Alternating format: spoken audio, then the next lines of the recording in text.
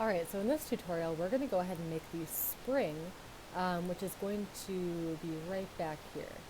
Now, the tricky part about the spring is that we don't have a ton of information to go off of, so we get to use some of our creative license to make it look as best as we possibly can.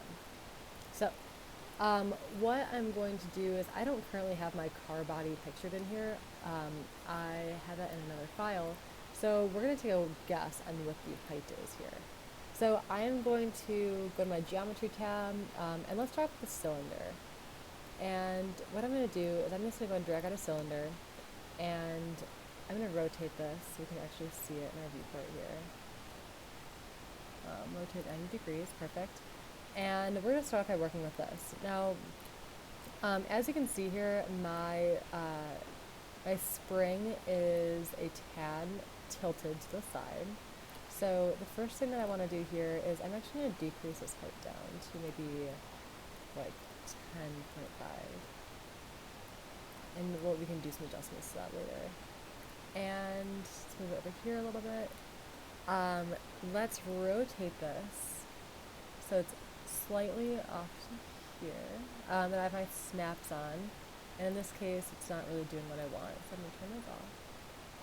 And I'm going to rotate it like that. That looks pretty good.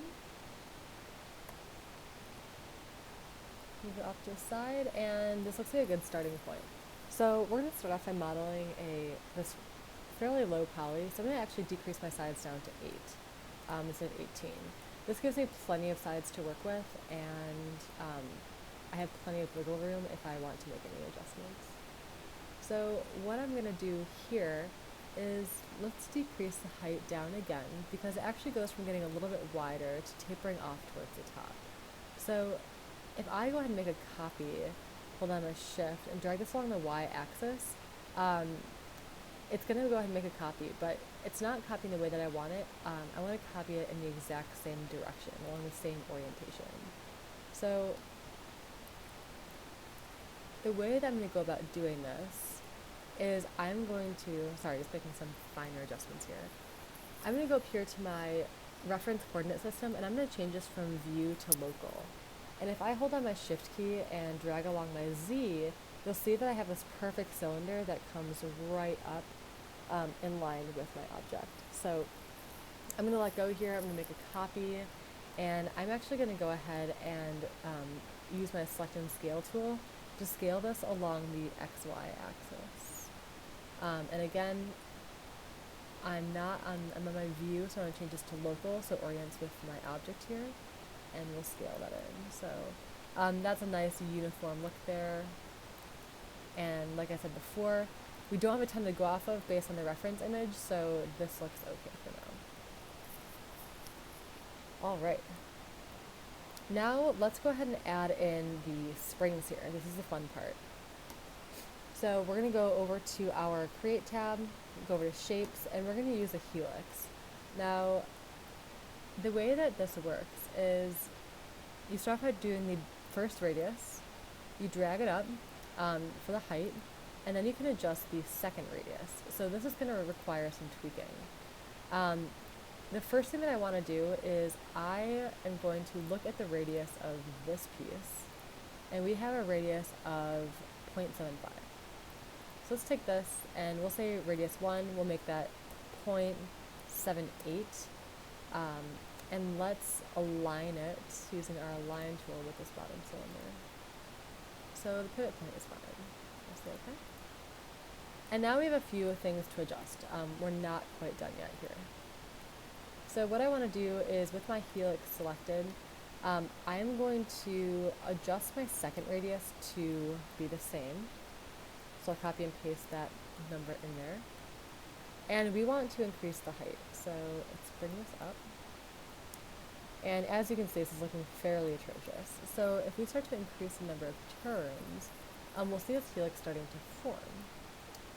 Now you're probably thinking, well, it's not aligning properly with it. So what we have to do is we're going to go to our rotate tool, and we're going to rotate this off to the side. If we align it again, we can also align the orientation. And that will allow us to fit it right on there. So That looks pretty good. It looks like we need to make this maybe a little bit larger. Let's do this like 0.85. And if you've worked with splines before, you're going to know that we actually can't see this in the renderer if we were to render this. My computer might go really slow. So as you can see, we can't see this object here. So what we have to do is we have to make sure that we click on the spline, we open up this rendering tab and say enable in render and enable in viewport. So now that makes this really, really thick, which we don't want. But we can change this radial thickness down to something that's a little bit more manageable. Like 0.2 looks pretty good. If you want it thinner, you can definitely do so. And let's say we do 0.15. And that's a good start for our springs.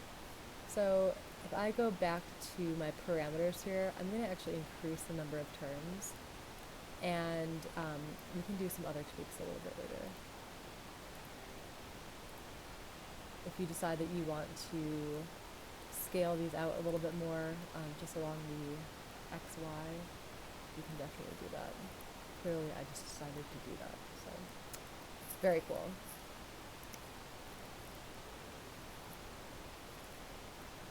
So now we're ready to make this top cap piece, which you can see right here. So what I'm going to do is, while I'm still on my local axis, I'm going to take my bottom cylinder here, and I'm going to copy that up again. So I'm still aligned properly. Make a copy. And I'm going to add an edit poly modifier so I can do some manipulating to this. Let's go down to our top polygon here. Make sure we're on our local axis again, and we're just going to drag, let's see, maybe it doesn't let me do this.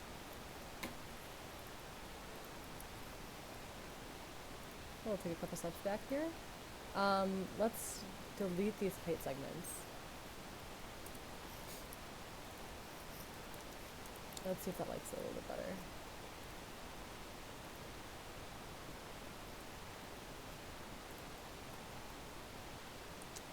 And we'll drag this down. Perfect. And what I want to do is I want to make a nice finished piece. So I'm going to select the top and the bottom here.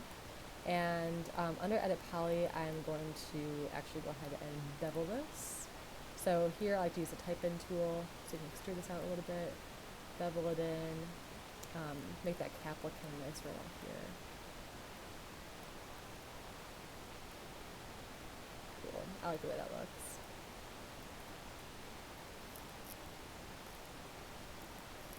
Excellent. And now let's take that object, and we're actually going to rotate that up. And that's going to be this top piece here that you can kind of see in the picture. So I'm going to hold on my Shift key, go to my Rotate tool, and make this along our local axis again. And I'm just going to go ahead and rotate that 90 degrees. I'm going to go ahead and turn on my snaps for this so I can get a nice 90. Beautiful. We'll make a copy of that. Go to my Select and Move tool, and we will drag this up. Awesome. And you'll see that's nicely in line with our picture here. So what I want to do now is, this is where my screw is going to go. So I'm going to select the front and back polygons here. Actually, before I do that, let's spend some time centering this a little bit. Doesn't have to be perfect, but that looks pretty good. We'll select our front and back polygons. We're going to inset these polygons just a little bit to make a nice separation. 0.06 looks pretty good.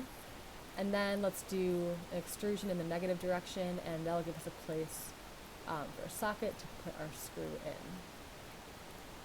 Now finally, let's take these two bottom polygons, hold down Control to select both of those.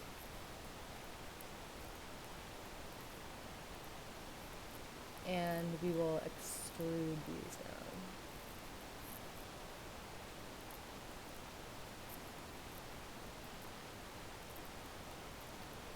And those will go right into my object here. Now I want to keep this whole shape inside this little circle here, so I'm going to scale that down just a tad.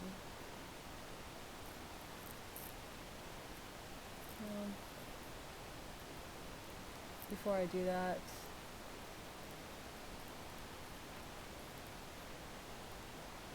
I'm actually going to make this polygon a little bit larger, because I don't really like the way that looks, which is okay.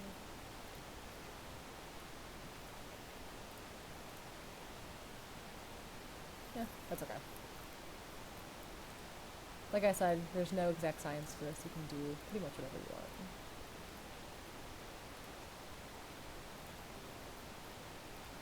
Alright, cool.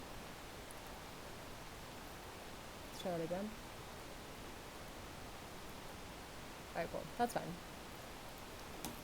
Now, I want to copy this entire shape down to the bottom.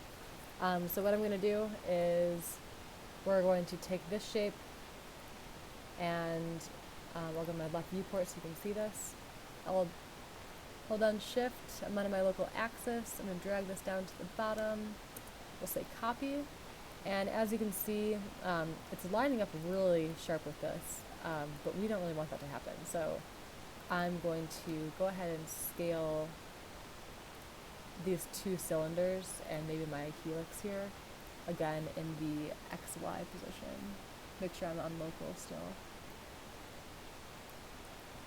And that seems to fit a little bit better. And we'll go back and we'll adjust our helix a little bit in a second. And finally, let's go ahead and copy this object as well. I don't really like how big this is, so let's scale this down as well.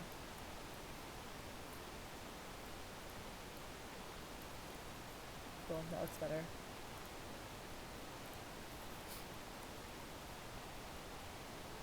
So I'm going to hold on my shift key, bring this down, I'll make a copy. If you're planning on making changes to it, you can make an instance. Then let's rotate this 180 degrees. Go to our select and move tool and put that right in there.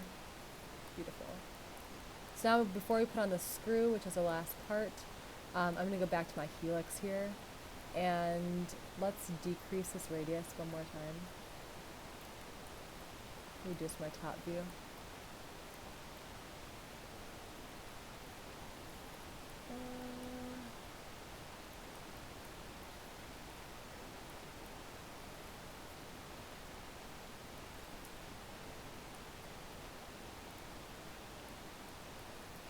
Let's try 0.75.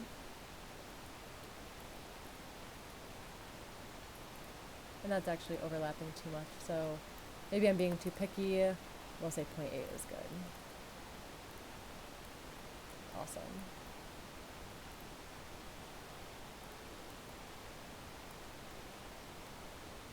As you can see, this spring is snuggled right up in there. If you want, you can bring down this height just a little bit. And that looks good to me. So what you want to do when you made the screw from the tire, which I don't believe I have that in this file. Let's see. Nope.